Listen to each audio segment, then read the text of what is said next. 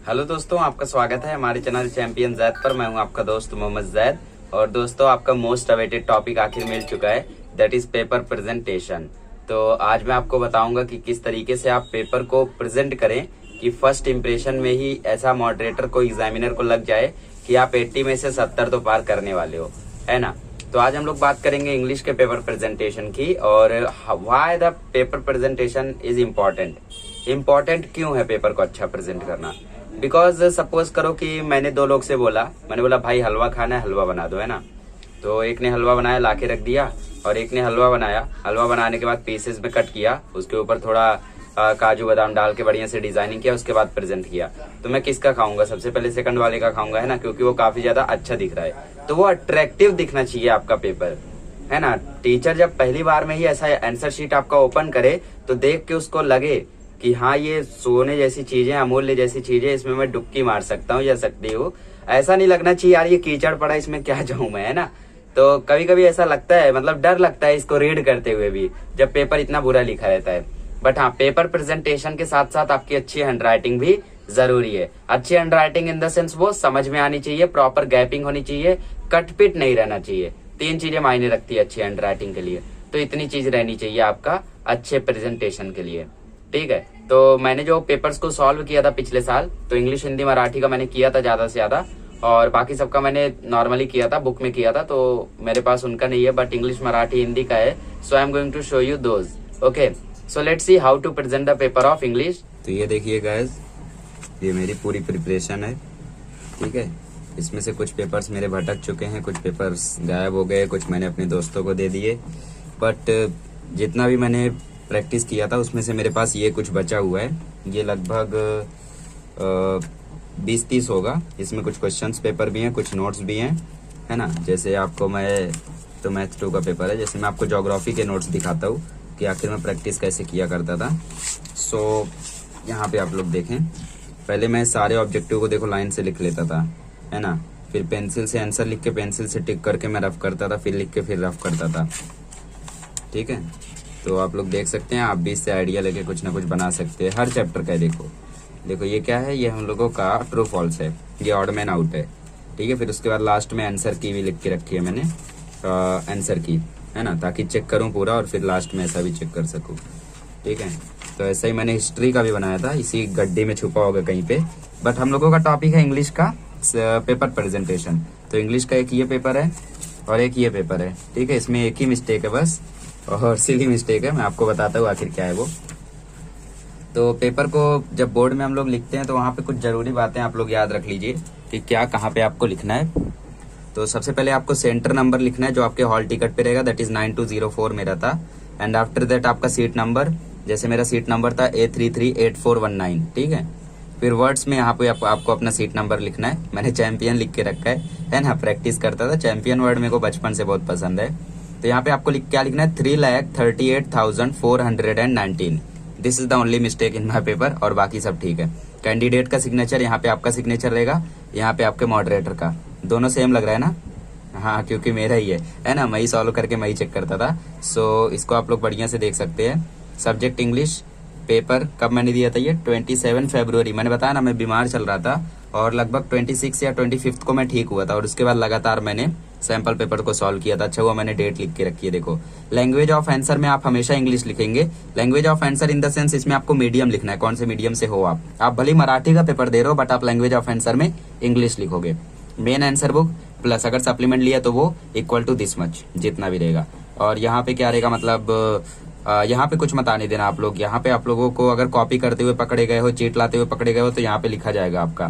फिर यहाँ पे मार्क्स लिखा जाएगा, यहाँ पे मार्क्स लिखा जाएगा क्वेश्चन वाइज। क्वेश्चन 1 में अगर आपको 9.5 मिले तो 10 हो जाता है। क्वेश्चन 2 में अगर आपको 15.5 मिला है, 16 हो जाता है। 16 है तो 16 ही रहेगा, है ना। तो जैसा मैंने बताया, 25 फरवरी या 26 को मेरी तबीयत ठीक हुई थी। एक बैग पता नहीं क्या हुआ था, मुझे अंदर से ऐसी फीलिंग आई कि मुझे कुछ ना कुछ करना है अभी। तो उसके बाद से देखो मैंने सैंपल पेपर दोबारा से सॉल्व किया। इसके पहले मैंने सॉल्व किए थे, बट वो उतने इफेक्टिवली नहीं किए थे। उसके बाद से मैंने लगातार किए। ये भी शायद उसी दिन का होगा। ये देखो, ये नेक्स्ट डे का है, 28 फरवरी को। देखते हैं कौन से में ज्यादा है। 66 एकदम डिफिकल्ट लेवल की चेकिंग मैं खुद की भी करता था, खुद को भी माफ नहीं करता था। तो चलो देखते हैं अभी क्या करना है। तो ये आपका ब्लैंक छोड़ना है, इसमें आपका पूरा बोल बच्चन लिखा है, पढ़ लेना, ठीक है, टाइम रहे तो। तो आपको करना क्या है, आपको एक लाइन खींचनी है बाहर से और एक अंदर से लाइन खींची हुई रहेगी, और नहीं खींची है तो आप खुद से खींचोगे। ओके, थोड़ा सा मोबाइल यहाँ पे शेक हो रहा है। और लास्ट में आपको यहाँ से एक लाइन खींचनी है, और फिर आपको question number, main question number यहाँ पे लिखना है, और फिर सब क्वेश्चन ऐसे लिखना है। क्वेश्चन नंबर 1 आपने यहाँ पे लिख दिया, यहाँ पे लिखिए ए, फिर यहाँ पे A1 सॉल्व करे तो यहाँ पे लिखो पहले का आंसर। जैसे यहाँ पे क्या लिखना था, शायद कंपाउंड वर्ड लिखना था, that's why I have written blackboard alongside. फिर दूसरा, फिर आंसर, तीसरा, फिर आंसर, पांचवा, चौथा नहीं किया, पांचवा किया, और ये एक्स्ट्रा में भी था, ठीक है, और छठा कर लिया था। तो इसमें आपको P से शायद कुछ लिखना था, तो मैंने वो लिखा है। फिर A2, फिर 1, ऐसा आपको प्रेजेंट करना है। फिर A3 पहला लिखा है, इसमें मॉडल ऑक्सिलरी और उसका फंक्शन बताना था, है ना। चलो आगे देखते हैं। तो यहाँ पे भी सेट टू द नरेटर, यहाँ पे कुछ था मेरे को याद नहीं है, वो लिखा है मैंने। फिर राइटर और narrator set to scientist Einstein. Okay, यहाँ पे शायद हु सेट टू होम करके क्वेश्चन था, तो वैसा कुछ मैंने लिखा है। फिर यहाँ पे description that the writer uses for Einstein, मतलब ये यहाँ से आपका पैसेज शुरू हुआ है। तो क्वेश्चन नंबर 2A, मतलब यहाँ से क्या हुआ है, सेक्शन 2 चालू हुआ है, तो सेक्शन 2 हमेशा नए पेज से शुरू करो। सेक्शन 1 देखो यहीं पे खत्म हो गया, मॉडल ऑक्सिलरी लास्ट क्वेश्चन था, है ना। 4 यहाँ, 2 यहाँ, 1 यहाँ, ऐसा ही रहता है ना। फिर लास्ट में देखो यहाँ से हम लोगों का नया शुरू हुआ, तो हमेशा न्यू पेज से स्टार्ट करो, ध्यान रखो। और ये लाइन आपको हर पेज पे लगानी है, ये लाइन आपको हर पेज पे लगानी है। तो पहले मैंने ये लिखा, फिर ये लिखा, फिर ये लिखा, फिर ये लिखा, और फिर लास्ट में मेरी मिस्टेक, मैंने जैसे आपको जूम ऐप पर भी बताया था कि मेरी मिस्टेक ग्रामर सेक्शन में हो जाती थी। You forgot your first arithmetic lesson in school, इसमें कुछ तो करना था, मैंने रॉन्ग किया, तो मैंने रॉन्ग कर दिया, है ना। ऐसा नहीं है कि खुद ने किया तो राइट कर दो, है ना। एकदम सिंसियरली प्रैक्टिस थी उस टाइम। तो our hostess came towards in therefore we stood up, चलो इस पे 1 मार्क्स। फिर ये पर्सनल रिस्पॉन्स कभी मैंने 2 नहीं दिया अपने आप को, है ना, 1.5 दे के हटा देता था हमेशा, जैसा भी लिखा हो, क्योंकि मुझे मालूम है मैंने कैसा लिखा, तो ज्यादा टाइम भी नहीं जाता था चेक करने में, है ना। चलो आगे देखते हैं। क्वेश्चन नंबर 2 की शुरुआत नए पेज से, हेमिंग्वे वाला चैप्टर था, तो वो किया, देखो ये वाला गलत है तो गलत कर दिया, ये वाला गलत है तो गलत कर दिया, है ना। ये वाला राइट है तो राइट करना है ना। चलो, तो आपको सेम टू सेम वैसा ही करना है। और क्वेश्चन नंबर एक बार आपने डाल दिया तो यहाँ पे भी डालना जरूरी है, क्वेश्चन नंबर 2 करके यहाँ पे डालो। फिर B4 का पहला ऐसा था, ये वाला गलत था तो गलत कर दिया, है ना। और इसमें क्या मिस्टेक थी, इसमें मेन क्लॉज लिखा, कोऑर्डिनेट क्लॉज लिखा, बट वो स्टेटमेंट नहीं लिखा, तो इसलिए उड़ा दिया आधा मार्क्स। फिर इसमें भी मैंने लिखा, बट राइटिंग आप लोग देखे यहाँ से बिगड़ने लगी, शुरुआत में ठीक ठाक थी, यहाँ से बिगड़ने लगी, बट फिर भी ये ठीक ठाक राइटिंग है। ऐसी अगर आपकी है तो आपका काम चल जाएगा, क्योंकि मेरा काम चला है तो आपका भी चलने वाला है ना। फिर ये पोयम वाला सेक्शन आ गया, सेक्शन 3, जिसमें आपको ट्रू फॉल्स करना था, ये सब इजी है ना। इसमें देखो कुछ ऐसा नहीं जहाँ पे मार्क्स कटे, तो 5 में से 5। फिर पुल्ली का हम लोगों को अप्रिसिएशन लिखना था। फिर the title of the poem is the pulley, the poem has been penned by George Herbert, जो भी हो, 4 मार्क्स दे दिया, है ना। बट बोर्ड में मेरे को लगता है जहाँ तक 5 मिला होगा मेरे को, और उसके बाद यहाँ पे खत्म होता है। फिर क्वेश्चन नंबर 4, सेक्शन 4 की शुरुआत आप न्यू पेज से करोगे, न्यू पेज से, है ना। बट मैंने वहीं से की है, इसका कारण बस ये है कि मेरे पास पेजेस कम थे, इसमें सिर्फ 8 या 9 पेज रहते, दैट्स वाई। फिर 4 का ये पूरा ऐसा सॉल्व करेंगे आप लोग, रॉन्ग है तो रॉन्ग है ना। फिर उसके बाद आप लोग यहाँ पे आएंगे, A4 लिखेंगे ऐसा ऐसा ऐसा, ठीक है। और इसके मिला के मैंने यहीं पे मार्क्स दिए थे, दोबारा दे रहा था तो मैंने कट कर दिया, है ना। फिर उसके बाद अकॉर्डिंग टू आंसर रहता है, यस और नो वाला रहता है, तो पहले यस लिखने का फिर शुरू करने का। तो यस पे ही आधा मार्क्स रहता है और इस पे 1.5 मार्क्स रहता है, 1.5 दिया है। फिर ये समरी राइटिंग है, समरी राइटिंग में मेरे को प्रॉब्लम रहती थी, मैं देखो बहुत लंबा लिख देता था, है ना। कितना लंबा लिखा है देखो, 1 2 3 4 5 6 7 8 9 10 11 लाइन का लिखा है, जबकि ये 6-7 लाइन में खत्म होना चाहिए, तो इसलिए 3 दिया है सिर्फ, है ना। और कारण ये है कि मेरी राइटिंग भी थोड़ी बड़ी है, आप इसको लिखोगे ना आपका 9 लाइन में हो जाएगा। तो प्रेजेंटेशन समझ रहे हो ना कैसे करना है। फिर लेटर राइटिंग का बारी आता है, सेक्शन 5, ये अलग से क्वेश्चन है। ऐसा देखो कितना बढ़िया प्रेजेंट किया, सब कुछ from the left hand side, है ना, कुछ भी देखो इधर उधर नहीं हुआ है, एकदम सीधा ऐसा, कितना मस्त दिख रहा है। फिर उसके बाद यहाँ पे आपका खत्म हुआ है, तो फॉर्मेट पर ही आधा मार्क्स आपको मिल जाता है ना। चलो यहाँ पे आते हैं, ये मैंने गलत कर रहा था, तो सिर्फ 1 लाइन मारने का, सिर्फ 1 लाइन ऐसा मार के कट कर देने का अगर गलती हुई है तो। चलो अच्छा हुआ था गलती भी हुई थी, आपको समझ में आ गया। फिर ये वर्बल टू नॉन वर्बल का था, sorry non verbal to verbal का था, तो क्वेश्चन नंबर 6 का ये। तो पहला था गवर्नमेंट एक्सपेंडिचर पर हम लोगों को पाई डायग्राम दिया था, तो उसका मैंने पूरा 1 पेज का लिखा है, ठीक है।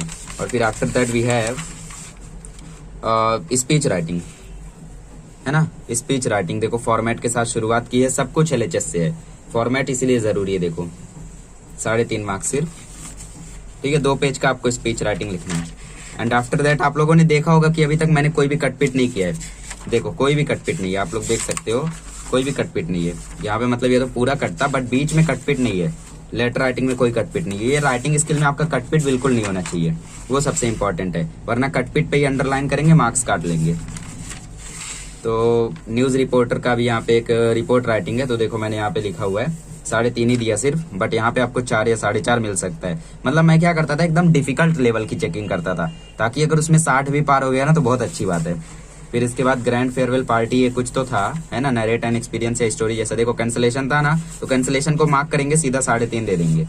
तो ये चीज नहीं रहनी चाहिए। देखो यहाँ पे थोड़ा सा ये गेस्ट जो है, गेस्ट देखो मिक्स हो गया है, मैंने इसको भी अंडरलाइन किया है। चलो इसी के साथ हमारा पेपर खत्म होता है। फिर आपको मार्क्स देखो कैसे दिए जाते हैं। क्वेश्चन नंबर 1 में 10 मिला था, मॉडरेटर भी 10 ही देगा, चीफ मॉडरेटर भी 10 ही देगा, क्योंकि वही सब कुछ था। फिर 16 16 16 9 9 9 12 12 12 4 4 4 11 11 11 4 4 4 ऐसे 66 मार्क्स मिले। तो जरूरी नहीं है कि आप इसी पेज पर प्रैक्टिस करो, ठीक है। वैसे ही देखो ये भी है मेरा, अगले दिन का है जस्ट सेम। देखो गलत है तो गलत कर दिया है ना, गलत है तो गलत कर दिया। ये भी देखो वैसे ही मैंने सॉल्व किया है, ठीक है, देख सकते हो यहाँ पे। तो जरूरी नहीं है कि आप लोग बोर्ड का ही पेपर लेके सॉल्व करो, आप लोग इसको खुद से भी बना सकते हो। Let me show you some, ठीक है, मैं आपको कुछ दिखाता हूँ अभी। ये देखो, अगर आपके पास दिमाग है ना तो आप लोग ऐसा बना भी सकते हो। Look I have made centre number ऐसा, सीट नंबर ऐसा, कैंडिडेट सिग्नेचर, एग्जामिनर सिग्नेचर, सब कुछ ऐसा बना के देखो, फुल टू वैसा ही बनाया है ना। फिर लास्ट में इन्फ्रेंस, क्या गुड है क्या बैड है, ये सब मैं ही करता था। तो इसमें देखो 68 मिला इस इंग्लिश के पेपर में। देखो एकदम वैसा ही फील दिया है पूरा, देखो, है ना। तो जरूरी नहीं है आप उसी पेपर में करो, आप इस पेपर में भी कर सकते हो। राइटिंग देखो कुछ खास है नहीं, बस इतना है कि समझ में आ रही है, तो इसलिए वेल एंड गुड है, ठीक है। देखो समरी में सिर्फ 1.5 मार्क्स दिया कुछ तो मिस्टेक हुई थी इसमें, देखो कटपिट वगैरह हो गई थी, ढंग से लिखा नहीं था, इसलिए सिर्फ 1.5 ही मार्क्स दिया। और देखो पैटर्न यहाँ पे है, एड्रेस दोनों पे 1 मार्क्स, सब्जेक्ट पे आधा मार्क्स, क्लोजिंग पे आधा, मेन बॉडी पे 3 मार्क्स। और फिर ये देखो, है ना, एडवांटेजेस ऑफ वॉचिंग टीवी, सब कुछ पॉइंट कवर करोगे तो 2 मार्क्स, इस पे ग्रामर पे 1, लैंग्वेज पे 1, टाइटल पे 1 मार्क्स। ये क्या है, ये हम लोगों का वर्बल टू, सॉरी 6 है, हाँ वर्बल टू नॉन वर्बल है, नॉन वर्बल टू वर्बल है हम लोगों का, जिसमें ट्री डायग्राम बना के दिया था। तो जैसा भी आप लोग करना चाहो ऐसी भी आप लोग प्रैक्टिस कर सकते हो, है ना। देखो ये भी मेरे पास है, ऐसी प्रैक्टिस मैं करता था।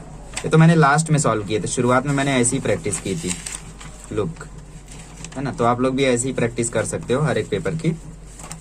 चलिए इसी के साथ मैं इस वीडियो को खत्म करता हूँ, काफी लॉन्ग भी हो गई है, बट मुझे पूरा यकीन है कि आपको मजा आया होगा, है ना। अगले लेक्चर में देखेंगे हम लोग मराठी का पेपर प्रेजेंटेशन।